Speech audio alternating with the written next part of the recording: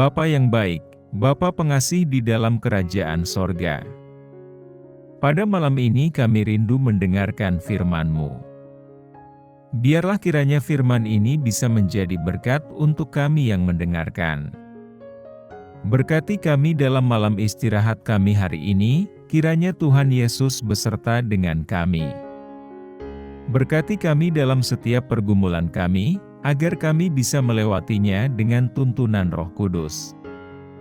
Inilah yang menjadi doa dan permohonan kami, karena kami berdoa hanya di dalam nama Tuhan Yesus Kristus yang hidup. Amin. Saudaraku yang terkasih, judul renungan kita pada malam ini berjudul, Kualitas Bukan Popularitas. Ayat firman Tuhan sebagai landasan firman Tuhan tertulis dalam Matius 5 ayat 37. Demikian firman Tuhan. Jika ya, hendaklah kamu katakan, ya, jika tidak, hendaklah kamu katakan, tidak. Apa yang lebih daripada itu berasal dari si jahat. Saudaraku yang terkasih, integritas bukan hanya soal selarasnya ucapan dan perbuatan, tetapi juga berpegang teguhnya seseorang pada prinsip-prinsip kebenaran, dan memiliki keberanian untuk bertindak sesuai dengan prinsip-prinsip kebenaran tersebut. Integritas tidak dapat dibangun dengan setengah-setengah, harus dengan totalitas atau sepenuhnya. Hal ini hanya dapat dicapai apabila kita konsisten. Jangan pernah malu untuk melakukan kebenaran. Kita tidak boleh malu melakukan sesuatu yang benar, walaupun lingkungan kita menganggap apa yang kita lakukan itu sebagai sesuatu yang aneh. Saudaraku, dalam dunia kerja, bisnis maupun pelayanan, seringkali kita diperhadapkan dengan situasi yang memaksa kita melakukan sesuatu yang tidak benar, karena yang meminta untuk melakukannya adalah atasan, sehingga kita tidak berani menolak atau mengatakan tidak. Menghadapi situasi demikian, kita dituntut memiliki keberanian untuk mengatakan tidak. Sekalipun mengandung resiko menerima teguran bahkan pemecatan. Sebab sekali kita melakukan kompromi untuk melakukan hal yang tidak benar, maka kita akan terus-menerus diminta untuk melakukan kompromi tersebut di lain kesempatan, sehingga pada akhirnya kita tidak lagi merasa bahwa yang kita lakukan tersebut adalah dosa, karena sudah menjadi kebiasaan yang membentuk karakter.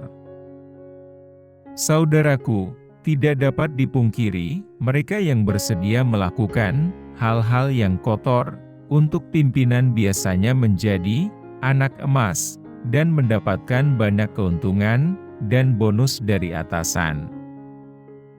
Sebagai seorang Kristen, bagaimana kita dapat menjalankan iman tanpa kompromi di dunia yang penuh dengan godaan? Sebab adalah sebuah kenyataan, tidak ada satu hari pun berlalu tanpa godaan yang dapat mengakibatkan kita menjadi tidak taat kepada Tuhan. Bagaimana kita sebagai orang percaya mempertahankan integritas kita tanpa menggadaikan iman dan kebenaran yang kita pegang? Apa yang harus kita lakukan ketika tantangan atau godaan itu datang dan kita tetap memegang integritas? Yang pertama, tidak larut dengan dunia.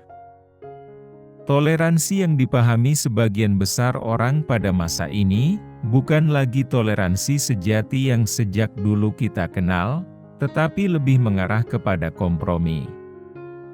Toleransi yang dianut mayoritas orang saat ini, adalah toleransi buatan postmodernis, yang sengaja diciptakan untuk melawan kebenaran Alkitab. Yang kedua, tidak malu menghidupi kebenaran. Salah satu perjuangan dalam hidup beriman orang Kristen, ialah bagaimana hidup dalam kebenaran.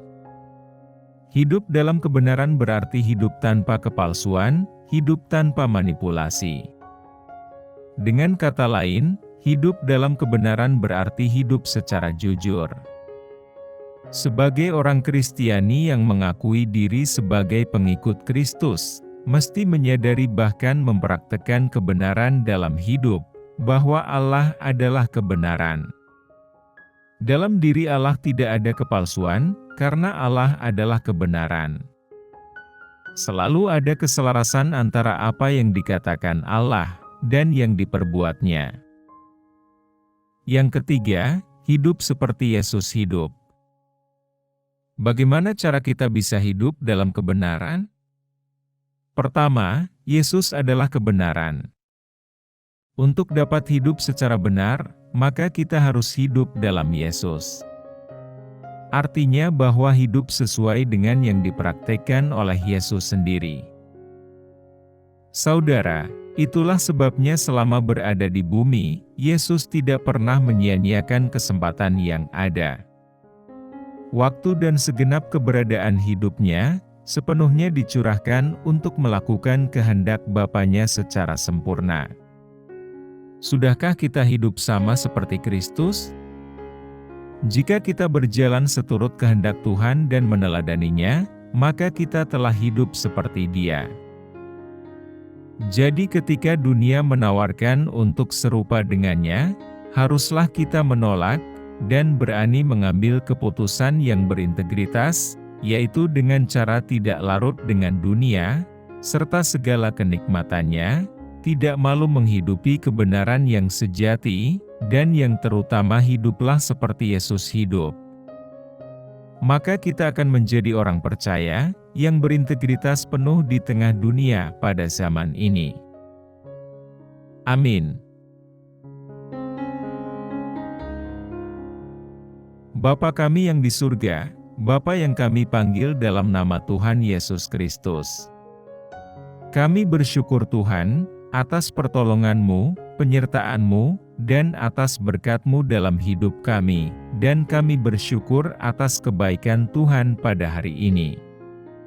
Tak berkesudahan kasih setia Tuhan, tak habis-habisnya rahmat-Mu, selalu baru tiap hari. Ya Tuhan, kami mau selalu belajar, dan terus belajar tentang firman-Mu, firman-Mu yang menguatkan, dan meneguhkan iman kami.